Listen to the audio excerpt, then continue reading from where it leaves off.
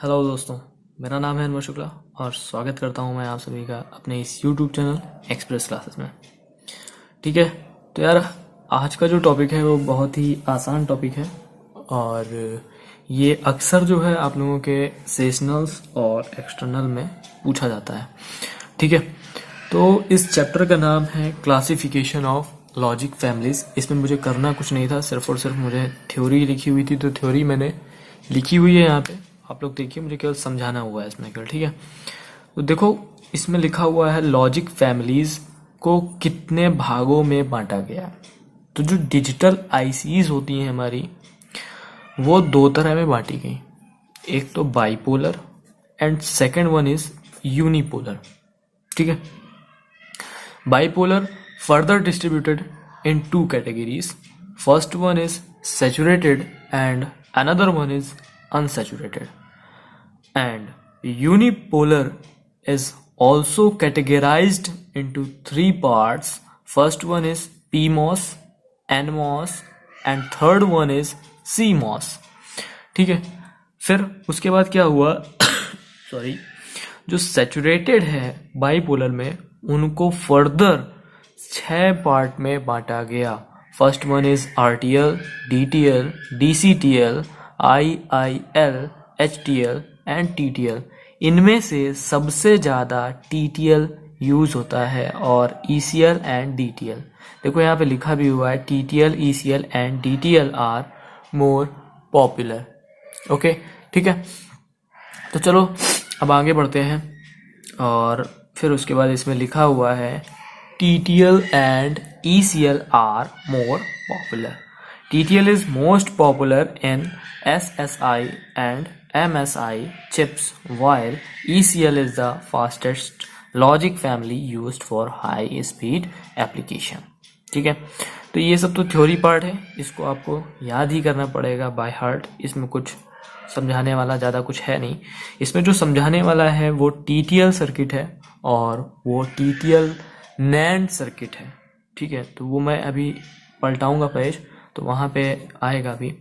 ठीक है, तो मैं देखूंगा उसको कैसे समझाना है और आपको वो समझना पड़ेगा। नहीं समझ में आता है तो नीचे जीमेल चल रही होगी, उसमें आप लोग अपने डाउट्स पूछ सकते हैं या नीचे कमेंट सेक्शन में मुझे बताइएगा। और यार अगर ये वीडियो पसंद आ रही हो या हमारे चैनल पसंद आ रहा हो तो इसको यार लाइक करिएगा, शेयर करिएगा और अगर नए हैं तो इसको सब्सक्राइब जरूर कर दीजिएगा। ठीक है, तो in the TTL circuits we are using a very special type of transistor. The normal transistor has only 3 terminals. अच्छा, जो हम TTL में एक ट्रांजिस्टर यूज करेंगे वो एक स्पेशल टाइप का ट्रांजिस्टर होगा। ठीक है, नॉर्मल ट्रांजिस्टर में क्या होता है, उसमें 3 इनपुट्स होते हैं या 3 टर्मिनल्स होते हैं। जैसे कि पहला वन होता है base, another one is emitter और एक होता है कलेक्टर। ये हम नॉर्मल ट्रांजिस्टर की बात कर रहे हैं। ठीक है, लेकिन अगर हम TTL की बात करें तो ये एक स्पेशल टाइप का ट्रांजिस्टर है। इसमें हम एक से ज़्यादा एमिटर्स यूज करते हैं। ठीक है, आई रिपीट, इसमें एक से ज़्यादा एमिटर्स यूज कर सकते हैं TTL फैमिली में। ठीक है, इसीलिए इसको नाम दिया गया है special type of transistor. Okay, so let me change the page. अगर यार आप लोगों को नोट करना है तो वीडियो पॉज करके इसका स्क्रीनशॉट ले लो और बाकी इसका नोट्स जो है वो गूगल क्लासरूम में नीचे डिस्क्रिप्शन में लिंक होगा, वहाँ से आप लोग डाउनलोड कर सकते हैं। ये पेज, जितने भी पेजेस मैंने यहाँ पे लिखे हुए हैं, ये पेज आप लोग वहाँ से डाउनलोड कर सकते हैं। ठीक है, सो आई होप आप लोगों ने ये स्क्रीनशॉट ले लिया होगा। So let me change the page. But this type transistor has more than 1 emitter. जैसा कि मैंने पिछले बोला कि इसमें एक से ज़्यादा एमीटर्स यूज़ कर सकते हैं। जैसा कि देखो नीचे फिगर में दिया हुआ है, इसमें देखो दो एमीटर यूज़ किए गए हैं, एक कलेक्टर है और एक बेस है। और इसका एक इक्विवेलेंट डायोड से डायग्राम बनाया गया है सर्किट। यहाँ पे लिखा हुआ है and it's equalised circuit is shown figure. ये जो एमीटर है इसको मैं डायोड से क्या कर सकता हूँ, रिप्लेस कर सकता हूँ। तो E1 एक डायोड से रिप्लेस कर दिया और इस कलेक्टर को भी एक डायोड से रिप्लेस कर दिया और ये बेस है।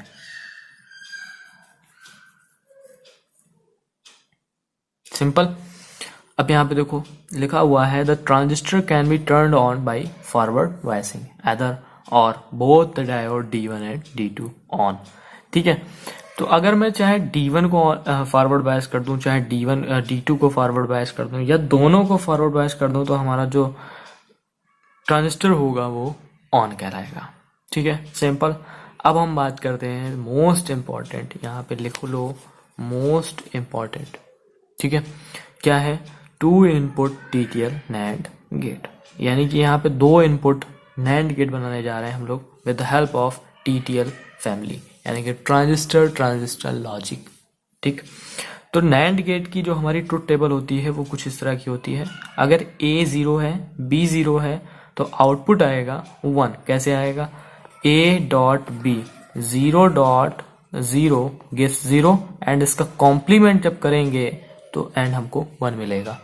तो NAND गेट जब A और B दोनों इनपुट 0 होते हैं तो हमें 1 देता है। अगर A 0 है, B 1 है, तब भी हमें 1 ही मिलेगा। अगर A 1 है, B 0 है, तो Y यानी कि आउटपुट हमको 1 ही मिलेगा। दोनों 1 है तो आउटपुट 0 मिलता है। ठीक है, यहाँ पे 1 थोड़ा ध्यान रखना, हाई को यूज किया जाता है और 0 लो को यूज किया जाता है। ठीक है, तो अब आगे बढ़ते हैं हम लोग, इसमें कैसे हम लोग इसको देखेंगे, कैसे इसको समझेंगे, वो सब हम लोग अभी नेक्स्ट पेज में देखते हैं। तो यार वीडियो पॉज करो, इसको जल्दी से स्क्रीनशॉट ले लो। आई होप आप लोगों ने ले लिया होगा। So let me change the page. देखो, इसमें circuit diagram of TTL NAND gate बना हुआ है और यहाँ एक्सप्लेनेशन दिया हुआ है। ठीक है, इसमें से मैंने केवल एक केस लिया हुआ है सॉरी, इसमें मैंने केवल एक केस लिया हुआ है, पहला केस जब A और B दोनों ही 0 होंगे। ठीक है, बाकी केसेस ऐसे ही हम लोग बना सकते हैं। और सबसे पहले तो मुझे ये जो मैंने डायग्राम बनाया हुआ है, वो जो यहाँ पे T1 ट्रांजिस्टर लगा होता है उसको मैंने रिप्लेस कर दिया है उसके इक्वलाइज्ड सर्किट से, यानी कि डायोड से उसको मैंने रिप्लेस कर दिया है। ठीक है, तो यार इसमें समझने वाली बात ये है कि अगर A और B दोनों 0 होंगे, आई रिपीट, अगर A और B दोनों ही 0 होंगे, तो यार देखो, ये N टर्मिनल है, ये N टर्मिनल है, ये P टर्मिनल है, ये 0, ये 0, ये 0, तो ये 0, यानी कि हमारा जो N टाइप है वो निगेटिव टर्मिनल या लो टर्मिनल से जुड़ चुका है और P वाला पॉजिटिव से जुड़ा हुआ है, यानी कि हाई से जुड़ा हुआ है। तो D1 और D2 दोनों ही फॉरवर्ड बायस में हो जाएंगे, यानी कि ये वाला ट्रांजिस्टर ऑन हो जाएगा। लेकिन यहाँ पे जो वोल्टेज आएगा वो 0.7 वोल्ट आएगा। कितना आएगा? 0.7 वोल्ट आएगा, जो कि D3 ट्रांजिस्टर के लिए बहुत कम वोल्टेज है। ठीक है, D3 डायोड के लिए बहुत कम वोल्टेज है, जिसके कारण ये D3 डायोड ऑफ हो जाएगा। ठीक, अगर ये ऑफ हो गया तो फिर ये T2 ट्रांजिस्टर जो हमारा फेज स्प्लिटर होता है, देखो यहाँ मैंने लिखा हुआ है फेज स्प्लिटर, ये भी ऑफ हो जाएगा। सिंपल। अगर ये ऑफ हो गया तो यहाँ पे यहाँ पे VCC लगा हुआ है, यानी कि हाई वोल्टेज लगा हुआ है। ठीक है, R3 के ऊपर VCC लगा हुआ है।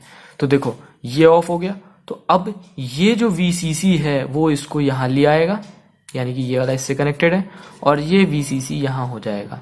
तो यहीं से हमको आउटपुट मिल जाएगा, यहाँ तक पहुँचेगा ही नहीं। क्यों? क्योंकि ये ऑफ है और ये T2 से कनेक्टेड है। आई रिपीट, ये T2 जो है वो T4 से कनेक्टेड है, तो T4 भी ऑफ हो जाएगा, T2 भी ऑफ हो जाएगा, केवल T3 ऑन रहेगा और यहीं से हमको आउटपुट मिल जाएगा हाई, यानी कि 1, यानी कि VCC मिल जाएगा। तो जो मैंने अभी तक बोला वो यही लिखा हुआ है। तो लेट मी रीड एंड मैंने एक्सप्लेन कर दिया है। अगर आप लोगों को कहीं डाउट हो रहा है तो नीचे कमेंट सेक्शन में जरूर से जरूर बताइएगा। लिखा हुआ है in this case both the diodes T1 and D2 will conducts मतलब दोनों ही ऑन हो जाएंगे, यानी कि फॉरवर्ड बायस में हो जाएंगे। That means both are in forward bias, therefore the voltage at point X ये जो पॉइंट x है, यहाँ पे जो वोल्टेज होगा 0.7 वोल्ट हो जाएगा। This voltage is insufficient to forward bias emitter junction of T2। इस T2 पे जो एमिटर जंक्शन होगा उसके लिए बहुत कम वोल्टेज है और वो उसको फॉरवर्ड बायस नहीं कर पाएगा, इसलिए T2 जो है वो रिमेन्स ऑफ का ऑफ ही रहेगा। ठीक है, therefore the voltage at V which is collector voltage यानी कि VCC, voltage rises to VCC at T3 पे VCC वोल्टेज आ जाएगा। At transistor T3 is operating emitter follower mode, output Y will be pulled up to high voltage, और यहीं से हमको Y यानी कि आउटपुट मिल जाएगा हाई वोल्टेज, यानी कि Y इज इक्वल टू 1। और हम लोगों ने नैंड गेट की जो पहला केस था, यानी कि अगर A और B दोनों जीरो हैं तो आउटपुट हमको हाई मिलता है। बस इतना ही एक्सप्लेनेशन था। केस 2 इसी तरह से हम लोग कर सकते हैं, और मैं चलो थोड़ा सा हिंट दे देता हूँ। अगर A 0 होगा, B 1 होगा तो डायोड D1 तो फॉरवर्ड बायस होगा, यानी कि यहाँ पे हमको 0.7 वोल्ट मिलेगा जो कि T2 के लिए बहुत कम है, तो T3 फिर से हमको मिल जाएगा ऑन, और यहाँ से हमको आउटपुट हाई मिल जाएगा। सिंपल। इसी तरह से थर्ड केस बना सकते हैं एंड फोर्थ केस भी हम लोग बना सकते हैं। सो आई होप आप लोगों को समझ में आया होगा। तो यार जल्दी से इसको लाइक कर दो, शेयर कर दो और सब्सक्राइब कर दो। मिलते हैं नेक्स्ट लेक्चर में, तब तक के लिए धन्यवाद। जय हिंद।